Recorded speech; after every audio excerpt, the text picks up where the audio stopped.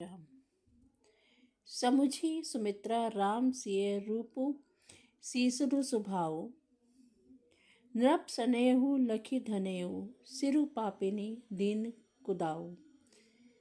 सुमित्रा जी ने श्री राम जी और श्री सीता जी के रूप, सुंदरशील और स्वभाव को समझकर और उन पर राजा का प्रेम देखकर अपना सिर धूना और कहा कि पापनी कैकेयी ने बुरी तरह घात लगाया।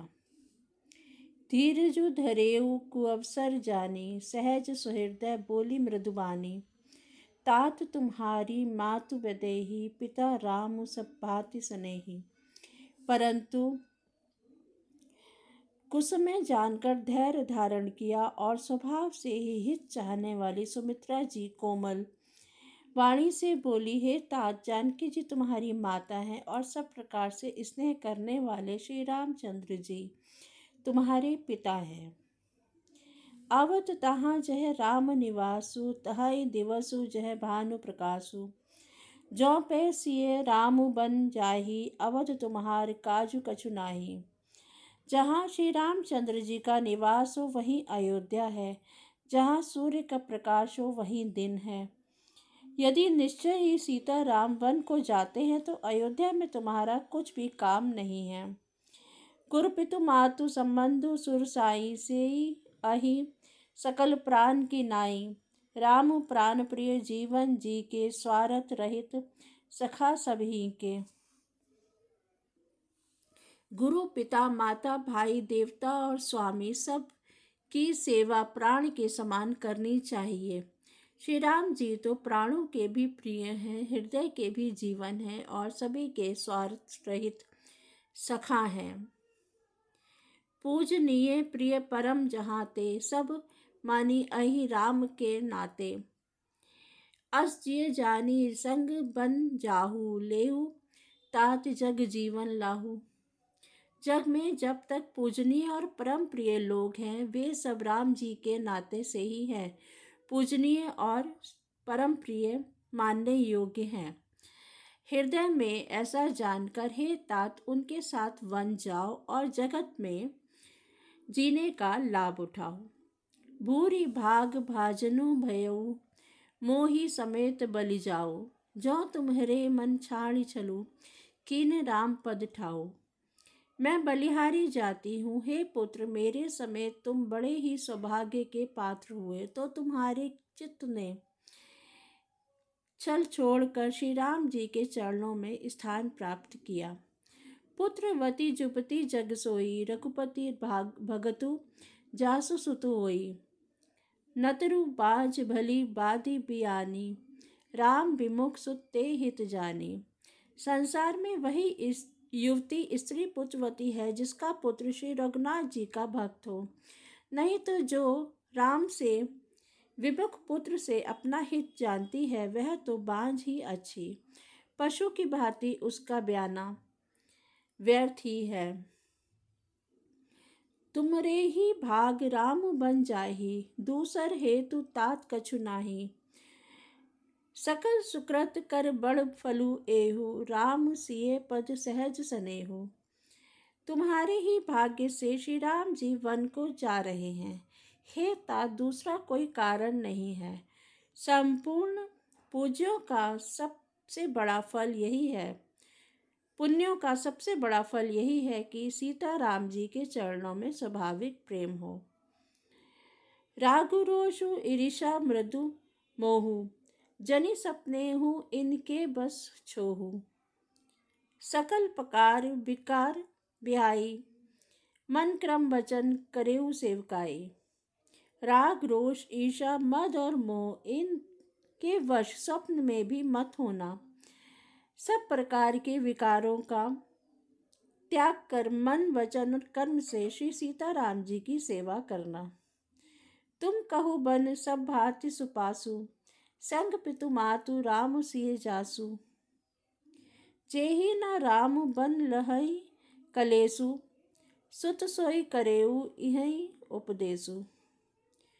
तुमको वन में सब प्रकार के आराम हैं, जिसके साथ श्री राम और सीता जी रूप पिता माता हैं, हे पुत्र, तुम वही करना जिससे श्री रामचंद्र जी वन में कलेश ना पावे। मेरा यही उपदेश है। उपदेशु यहु जेहि तात तुम्हारे, राम सिय सुख पावहीं। पितु मातु प्रिय परिवार पुर, सुख सुरति बन बिसरावहीं। तुलसी प्रभु ही सिख देई, आयसु दीन पुनि आशीष दई। रति हो अविरल अमल सिय, रघुबीर पत नित नित नई। हे तात, मेरा यही उपदेश है जिससे वन में तुम्हारे कारण श्री राम जी और सीता जी सुख पावें और पिता माता प्रिय परिवार तथा नगर के सुखों की याद भूल जाए।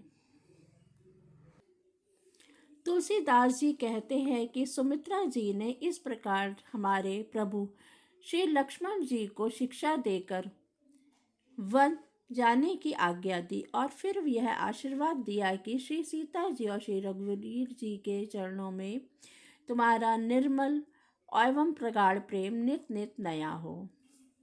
मातु चरण सिरु नाई चले, तुरंत संकित हृदय, बागुर विषम तोराई मनु, भाग मृगु भाग बस।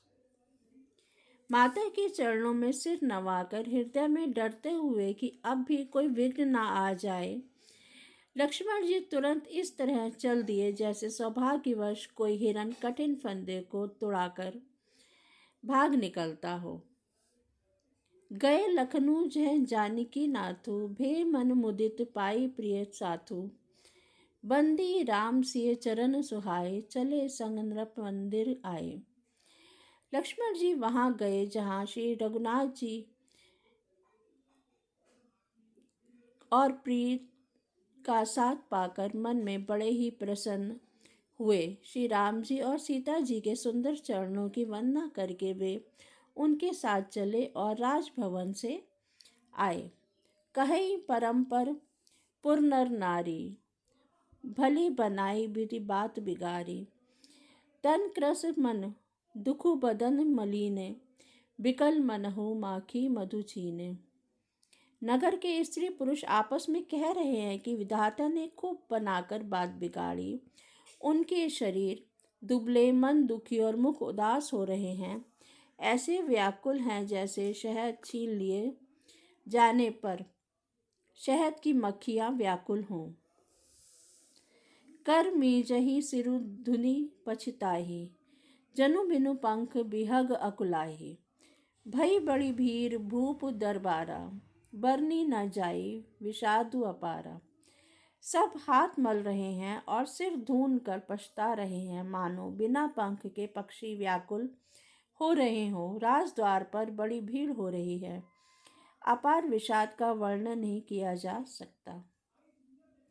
सजीव उठाई राउ बैठारे, कही प्रिय बचन राम पगुधारे। सिय समेत दो तनय निहारी, व्याकुल भयो भूमिपति भारी। श्री रामचंद्र जी पधारे हैं, ये प्रिय वचन कहकर मंत्री जी ने राजा को उठाकर बैठाया। सीता सहित दोनों पुत्रों को वन के लिए तैयार देखकर राजा बहुत व्याकुल हुए। सिय सहित सुत सुभग दो, देखी देखी अकुलाई। बारही बार सन्हे बस, राउ लेई उरलाई। सीता सहित दोनों सुंदर पुत्रों को देख देख कर राजा अकुलाते हैं। स्नेहवश बारंबार उन्हें हृदय से लगा लेते हैं। सकई न बोली बिकल नर नाहु, शोक जनित उर दारुण दाहु। नाई शीसु पद अति अनुरागा, उठी रघुबीर विदा तब मांगा। राजा व्याकुल हैं, बोल नहीं सकते। हृदय में शोक और उत्पन्न हुआ भयानक संताप है। तब रघुकुल के वीर श्री रामचंद्र जी ने अत्यंत प्रेम से चरणों में सिर नवाकर उठकर विदा मांगी। पितु आशीष आयसु मोहि, दीजे हर्ष समय बिस्मऊ कत कीजे।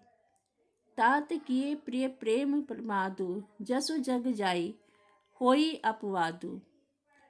हे पिताजी, मुझे आशीर्वाद और आज्ञा दीजिए। हर्ष के समय आप शोक क्यों कर रहे हैं? हे तात, प्रिय के प्रेमवश प्रमाद कर्तव्य में त्रुटि करने से जगत में यश जाता रहेगा और निंदा होगी। सुनी सन्हे बस उठी नर नाहा, बैठा रे रघुपति गही बाहा। सुनहु तात तुम कहो मुनि कहहि, राम चराचर नायक अहहि। यह सुनकर स्नेहवश राजा ने उठकर श्री रघुनाथ जी की बाह पकड़कर उन्हें बैठा लिया और कहा, हे तात सुनो, तुम्हारे लिए मुनि लोग कहते हैं कि श्री राम चराचर के स्वामी हैं। शुभ अरु अशुभ करम अनुहारी, ईसु देई फलु हृदय विचारी। करई जो करम पाव फल सोई, निगम नीति असी कह सबु कोई। शुभ और अशुभ कर्मों के अनुसार ईश्वर हृदय में विचार कर फल देता है। जो कर्म करता है वही फल पाता है, ऐसी वेद की नीति है। यह सब कोई कहते हैं।